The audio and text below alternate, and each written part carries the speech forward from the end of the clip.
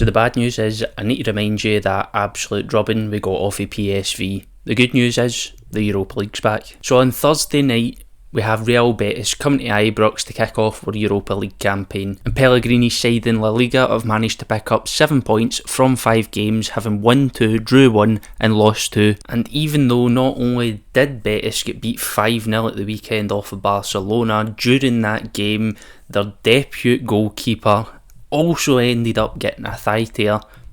They'll still be out to prove a point on Thursday. What an absolute headache that's got to be for Pellegrini. So here are 4 things Rangers need to do on Thursday night to beat Real Betis. Number 1, in possession, we need to start being direct, and we need to play in the front foot for as long as we possibly can. I mean, how many times this season have we watched Rangers come out the gates pretty well and then slowly start to die off towards the middle of the game? I mean, we can't do that against European opposition. You know, in the past couple of seasons, it's been a common theme, regardless if it was Gerrard's team, Gio's team, or Beale's team.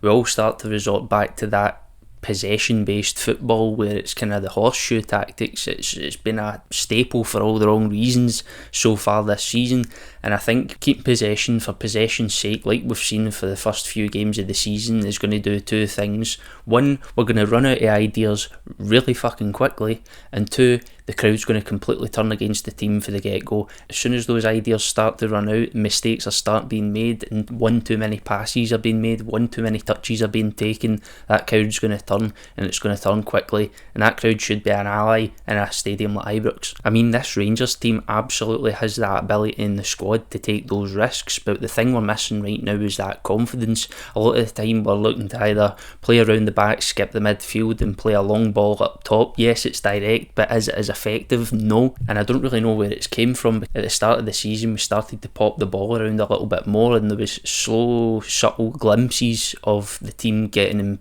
better and improving in that kind of way. But the game against PSV and the game against Celtic kind of looked like we were set back a wee bit, and running out of ideas is not something you can do at Ibrox, never mind against top level European opposition. If we're going to play possession based football, then possession based football should be a gift. It should be a gift. It gives you it in a plate to say, right, we've got control of the game, we've got most of the possession, let's take some risks, let's show this team what we're about. Whereas far too many times this season we've seen a lot of players kind of lack the confidence to do that, take the game by the scruff of the neck. We're seeing a lot of backwards passes, a lot of possession in amongst our back 4, and to be honest it's completely useless. All we're going to do there is trigger a press for the opposition, and let's be honest, Betis aren't going to necessarily sit back at Ibrox and let us play around the back. In my opinion, those risks absolutely have to be taken. Which brings me on to my second point, and that's out of position we need to press as a unit, and we need to hold that press for much longer in the game than we have previously. I mean, if there's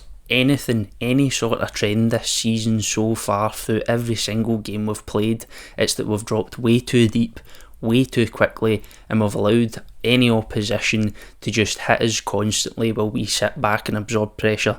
And let's be honest, you look at any team in the past, in recent years, what team have we had ever that's been able to handle that kind of pressure? We haven't. We've always been hurt with set pieces, we've always been hurt with driving forward centrally. It forces mistakes, it forces players to be flat-footed, and to be honest, I mean, I've never played to a high level before, but it must be absolutely fucking demoralising. I mean, during that game against Celtic, that was a prime example of why dropping too deep is a massive problem for us, and the biggest thing that came out of that was that the fans completely turned against the team. And you know how hard it is for opposition to come and play at Ibrox because of the crowd. Like, imagine a Rangers team being at Ibrox and that crowd turning against our players. Now when that happens, because you drop too deep, from that point on the game's only going to go one way. And to be honest, we can sit here and agree or disagree whether those mistakes pointed out by the crowd and the crowd moaning and groaning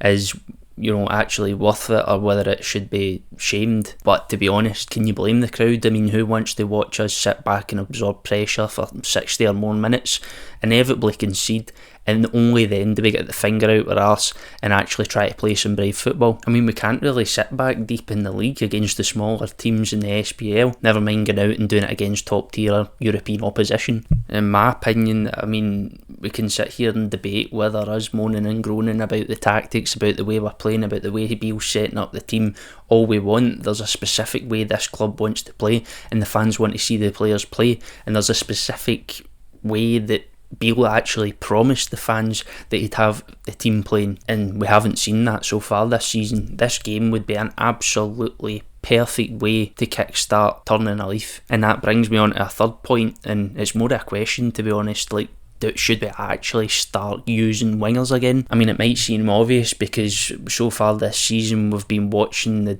dullness in narrow football, narrow formations, and it's killed us for the first stage of the season. I mean, in my opinion, I've never been a fan of a narrow formation, not unless you've got extremely technical players, which I don't believe we do, or even if we do, we've not seen that yet. So when it comes to changes, the first thing I'd have looked at is, right, we're going to have to get rid of this narrow formation, especially when we've got Rabbi Matondo, who's shown glimpses of brilliance out in wide areas. And also in the previous game with Yilmaz, how many times did you see Yilmaz out in the far left stretching the game, and yet he only really found one or two passes falling to him? In my opinion, width isn't really just going to be a key for the Betis game, it's going to be the key for the rest of the season. I mean, our one problem this season is that we're so one-sided. I mean, we're just missing that right winger, and I know Roof can play out there providing he stays injury free, but I'd much rather see Roof playing a central area. He's the best striker we've got at the club so far. And it brought me on to a comment that was made in one of our previous YouTube videos who reminded me of Candias, and to be honest, I don't really think we've had a player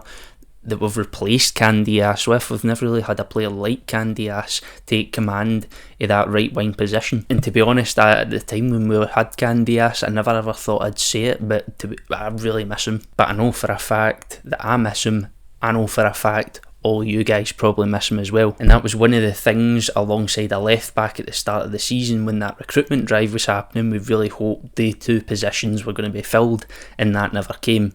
That should have been red flags from the start. But even at that, we still have plenty of ability in the squad. There are players who can play out in that right wing and can kind of take the game, stretch the game out wide down the right hand side, as well as providing decent coverage for Tavernier, who, to be honest, Tav and whether it's Barisic or Yilmaz on the other side, both fullbacks could really use that help. But again, this season we've always kind of missed it, but this season it really became obvious how much of a better team we are when we stretch the game out wide. We just have so many more options. That brings me on to my final point, is that Ibrox crowd can inspire absolutely anything, so we need to make sure we're using it. I mean, again, I'll bring you on to the second point, because if you're going to go out and you're going to play a team that's going to sit back, that's going to be not necessarily negative, but that's going to sit very deep, be very cautious, be very safe. The Ibrox crowd aren't going to like it. And as I said before, I mean, you want to use the crowd to almost intimidate the opposition, throw them off their game, knock their confidence. But to be honest, when you set up a team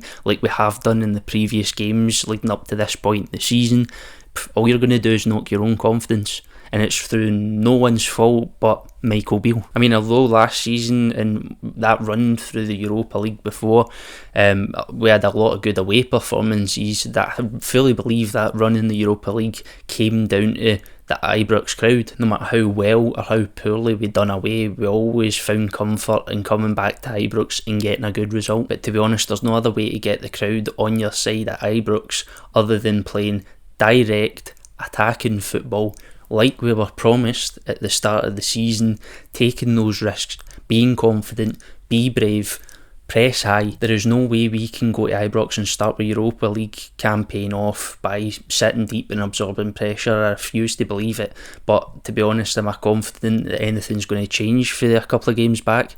Probably not massively, but I'd like to see small improvements. I'd like to see us at least get something out of this game, out of what is a really difficult opposition with top level players. So if you're enjoying those little bite-sized previews that we're going to do probably before every European game, it'll either be myself or it'll be Kieran that's going to do them, then leave us a like, leave us a comment. If you're not subscribed, remember to subscribe, because when I'm looking up the analytics, a lot of you that are viewing these videos aren't subscribed. So we'd love to see you just take that second to hit that subscribe button. It'd mean a lot to us. Also, all our links to our TikTok, Twitter are down in the description, so if you want to go over there, give us a follow, join in the discussion, live match commentaries, all of that palaver, opinions, terrible opinions but still opinions, then head over there. We'd love to see it, and we'll see you next time.